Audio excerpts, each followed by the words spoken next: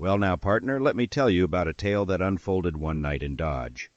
A feller by the name of Ben Argo rode into town with a saddlebag filled with $15,000 worth of gold. He was aiming for a one-night stand in our dusty town, but trouble followed him like a shadow on a hot summer's day. One of the men got himself shot dead by Argo, and I could smell a rat in the wind. That gold was burning a hole in Argo's pocket, and something about the whole situation didn't sit right with me. So I put on my hat, strapped on my gun, and set out to unravel the mystery. It was a night filled with tension, greed, and a desperate search for truth. In Dodge, justice has a way of finding those who try to escape it, and that night was no exception. That's the story of One Night Stand, a tale from the days when the West was wild, and a marshal's duty was never done. Gunsmoke!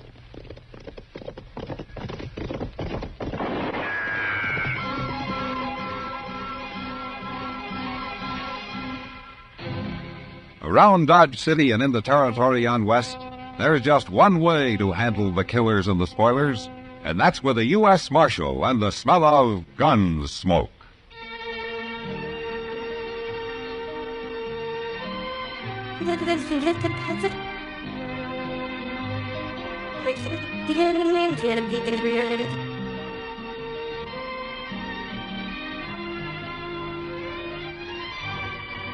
Gunsmoke, starring William Conrad, the story of the violence that moved west with young America, and the story of a man who moved with it. I'm that man, Matt Dillon, United States Marshal. The first man they look for and the last they want to meet. It's a chancy job, and it makes a man watchful. And a little lonely.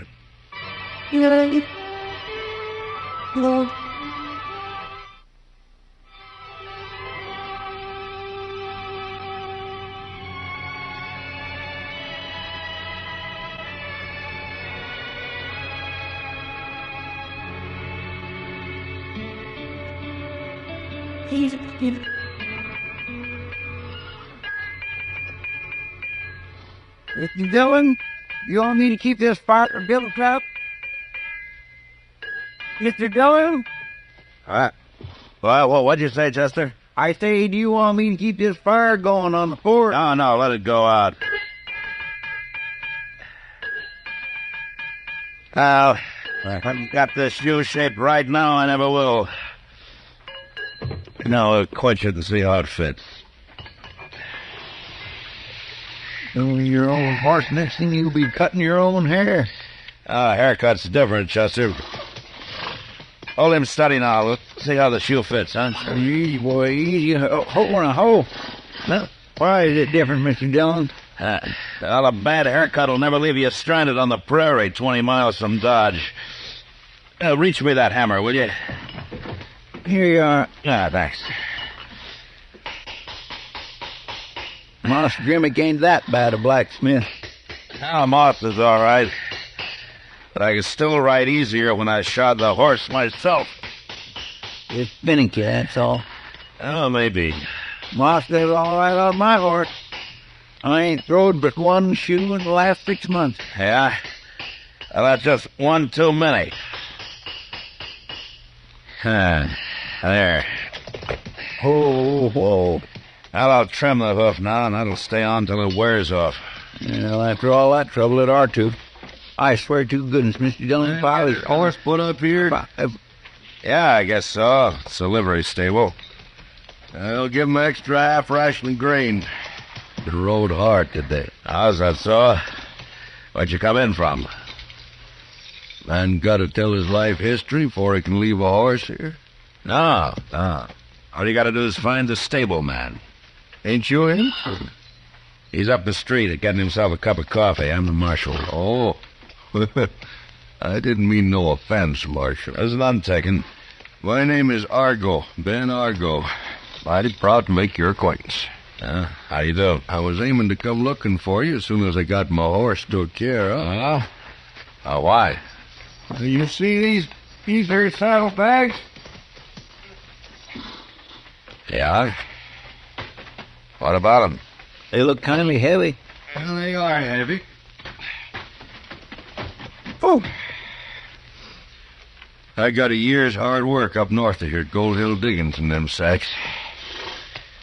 For near $15,000 of placer gold. Gold Hill, huh? I heard they had quite a strike up there. Oh, it's a big one, all right.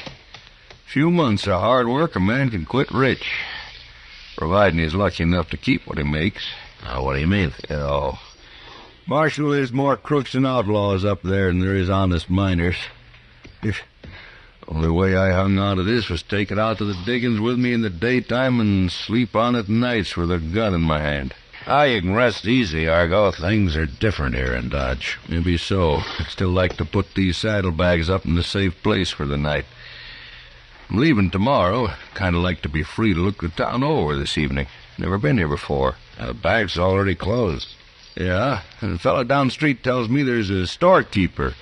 Takes care of money for folks sometime. Now, that'd be Wilbur Jonas, but only in case of an emergency, like when the stage passengers hit town late, you know? Some of that kind. Well, Marshal, maybe you could tell him that this is an emergency. How is it?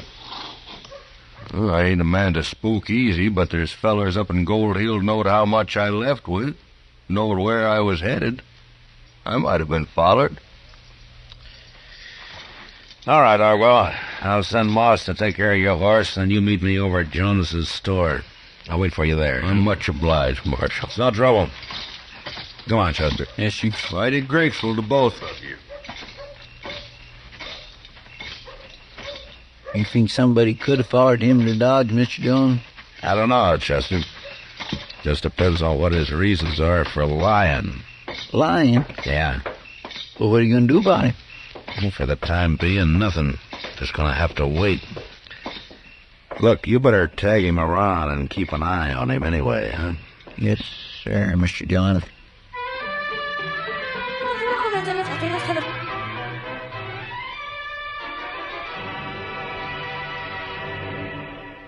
Hello there. Aren't you that memory expert? Well, yes, I guess I am at that. Huh. What are you committing to memory now? I'm reminding myself to get my wife a new, ID card? Yes, she needs it to get medical care under the Dependents Medical Care Program. And how do you remember that?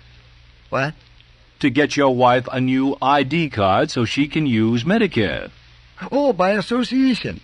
I associate, let me see, what were we talking about? Making sure your dependents have an ID card. Oh, right. I associate cards with thinking with headaches, headaches with pain, and pain with doctors.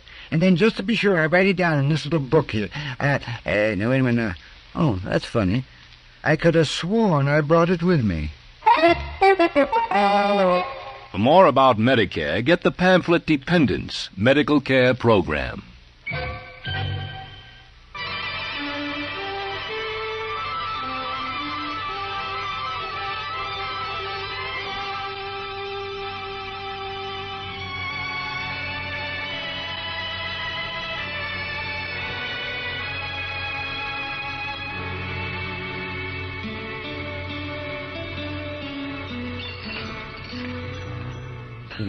Look at that. Look at it. That does it. That's the final straw. Look at that, will you, Matt? Look at what, Doc? The stuff they slap on a plate and call food in this town. Just look at that. Well, Doc, if you don't like beefsteak... Beefsteak? Oh, beefsteak, he says. Matt, that is buffalo. A buffalo's good meat. Not when it's a 7-year-old bull and tougher than a cavalry boot. Matt, you know something? Well. I am pulling stakes. Yes, I am. I'm going back east. I see. Last time you said that was about a month ago. I don't care. I mean it. I am through riding a herd on a bunch of shiftless, no-good prairie rats that never pay their doctor bills.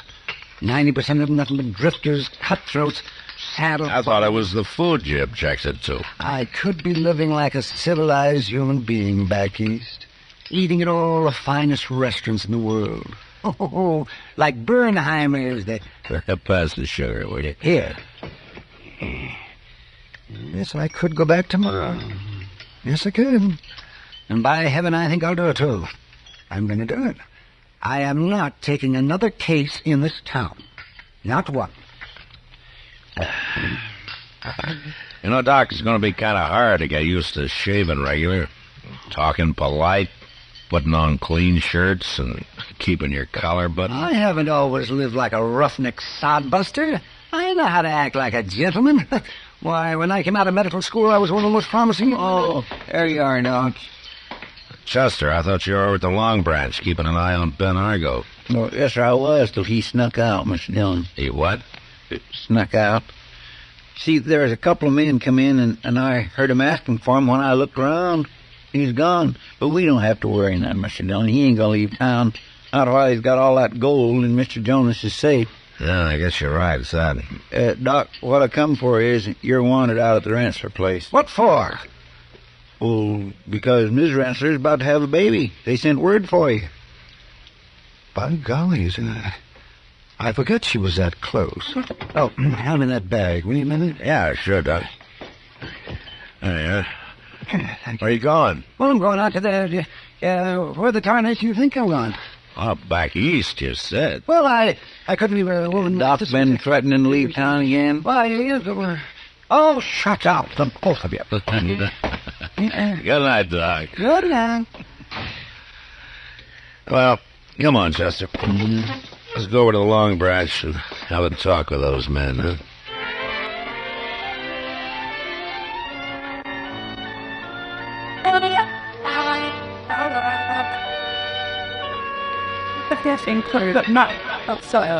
I'm glad you dropped in, Matt. I just got a send for you. Oh, what for? I finally came. A month late, of course, and only one instead of 6, but I guess it's better than none. One what, Kitty? What are you talking about? Deer. Bought beer. Just one barrel. Came in on the Santa Fe today. Oh, Bah, dear doggone, Miss Kitty, my mouth's been watering for a month. Yeah, you and 500 other men, Chester. You better hurry. It's not going to last long. How about you, Matt? Mr. Dillon, couldn't we just take time for one glass? Them fellas ain't going nowheres right away. Oh, you go ahead, Chester. I'll join you in a few minutes. Yes, sir, I'll be right down there next to the barrel. Hey, Kitty. Huh? And you know those two men down there at the end of the bar? Are those them? Yeah. I came in about an hour ago. I've never seen them before. Prospectors, I think somebody said, from way up around Gold Hill. Yeah, I see. They were asking for somebody named Ben Argo, but I've never heard of him either. And they don't look very much like prospectors, do they, Matt? I'll see you a little later, Kitty. All right. Save a glass of that beer for me, will you? Sure, but you better hurry, Matt. Good evening, Marshal. Mr. Jonas? Care to join me in a glass? A little later, huh? Very well. How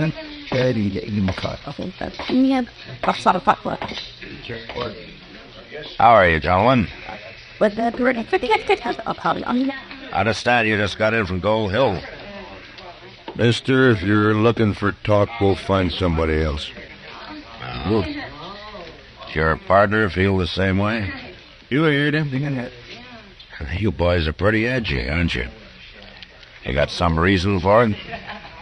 Suppose that badge you're wearing means you're the marshal around here? Yeah, that's right. My name's Dillon. Matt Dillon. Well, mine's Pete Wells. My friend here is Rocky Martin. Look, you ain't got any business with us, Marshal. We just hit town and we don't know a soul here. Not even Ben Argo? Ever heard of no Ben Argo? No? Well, I thought you might have followed him from Gold Hill. I said we never heard of him. And you wouldn't know that he was carrying $15,000 in gold, huh? Look, Marshal... So naturally you wouldn't be thinking of trying to take it away from him, would you? Well, why should we? What kind of men do you think we are? Well, if you boys just happen to meet anybody with ideas like that, you tell them to forget it, huh? Because we got laws here in Dodge City. It's been real nice talking to you, Marshal. Come on, Rocky. Don't leave on my account. I figure me and Rocky better turn in before we break one of them laws of yours.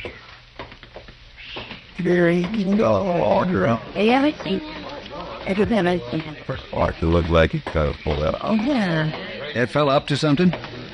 I don't know for sure, Jonas, but they're lying.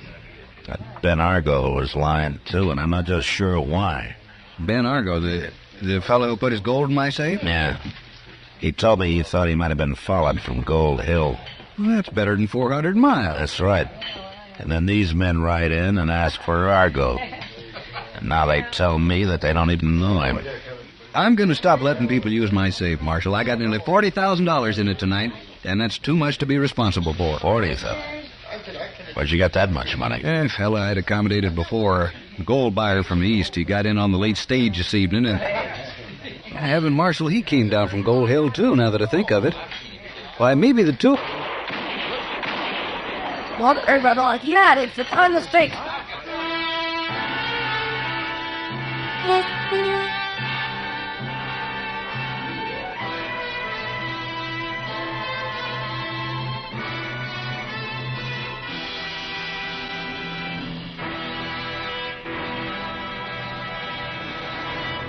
Another visit with Joe and Daphne Forsythe. Joe, honey. Uh-huh. Joe, darling, put down the paper. I've got something important to ask you. Okay. Joe. All right, what? How many savings bonds do we have? What kind of a question is that? A good one. How many? I'm not sure. I'd have to count. And I'm reading the paper. Now, what do you want to know for?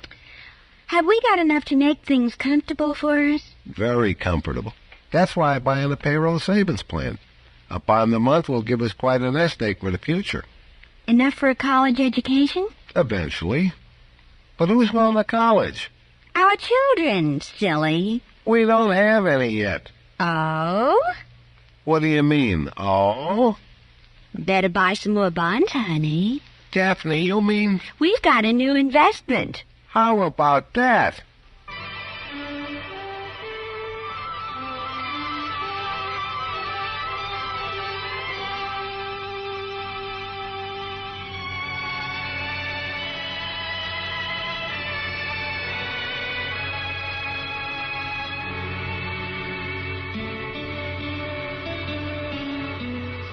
Oh, that's right. I never see you before that. Let me through here, will you, please? Hey, get out of the way. Will you let me through, please?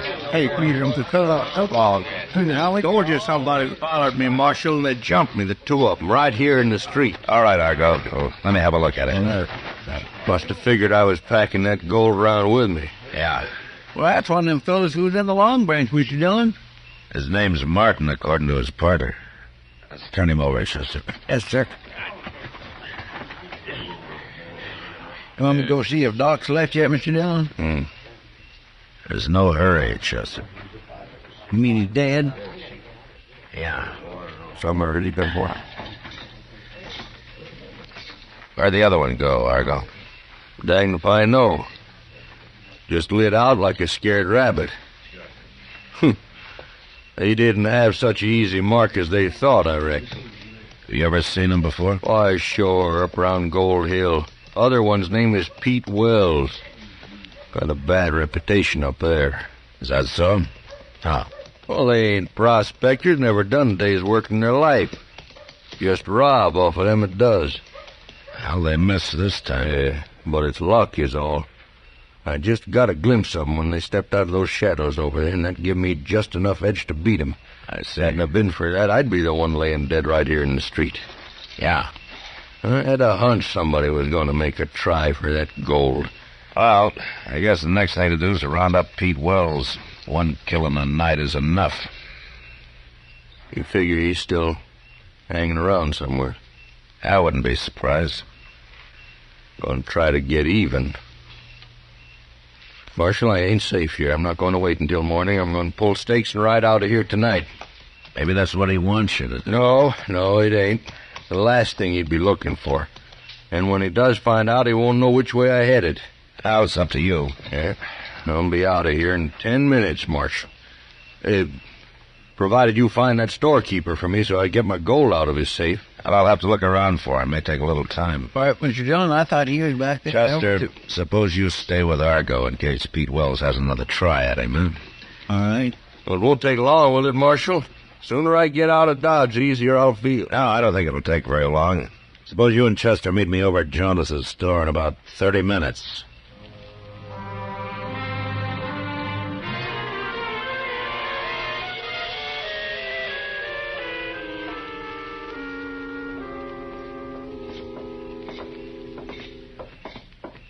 I think you're there waiting for us, Marshal. Yeah, it looks that way.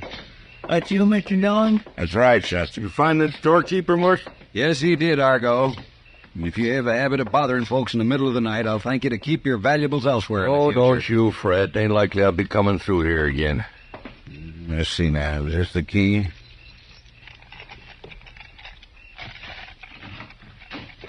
Come in, gentlemen.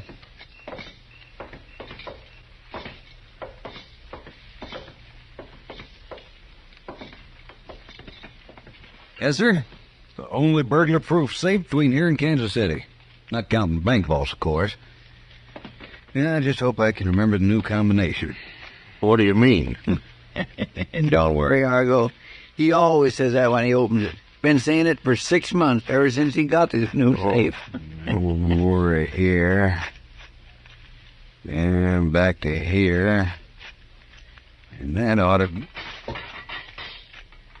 Well, let's see now. This bag in front belongs to someone else. Buyer. Those are yours right behind it. I reach. Take them all out. You get your hands up, Marshal. You two. All three of you. Here, what do you think you're up to? Do what he says, Chester. Get your hands up. Sure. Now, this is what you were after all along, wasn't it, Argo? To get your hands on that buyer's money. That's right, Marshal. I knowed he was on his way here from Gold Hill.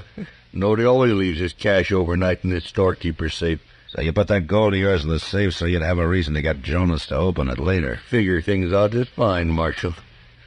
After it's too late to do any good. I knew you were lying the minute I met you, but I had to wait and find out what you were up to. Lying? How? You said you'd been working a placer claim all winter.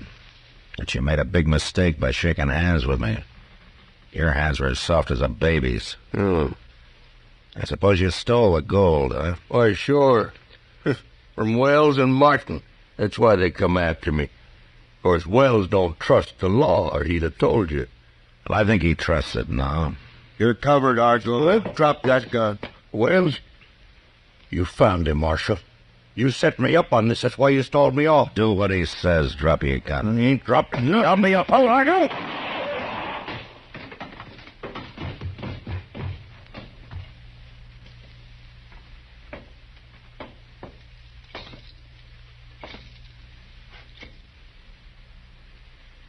There wasn't nothing else to do, Marshal. No, there wasn't. He didn't give Rocky no chance at all. Before he tried that kind of fool move, he ought to remembered Rocky. He remembered, all right. That's why he tried to kill you.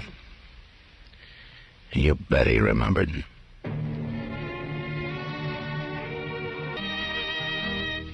Gunsmoke, produced and directed by Norman Macdonald, stars William Conrad as Matt Dillon, U.S. Marshal. The script was specially written for Gunsmoke by Les Crutchfield, with editorial supervision by John Meston. The music was composed and conducted by Rex Corey. Sound patterns were by Ray Kemper and Bill Jane. Featured in the cast were Farley Bear as Chester, Howard McNear as Doc, and Georgia Ellis as Kitty. George Walsh speaking. Join us again next week for another specially transcribed story on Gunsmoke. This is the United States Armed Forces Radio and Television Service.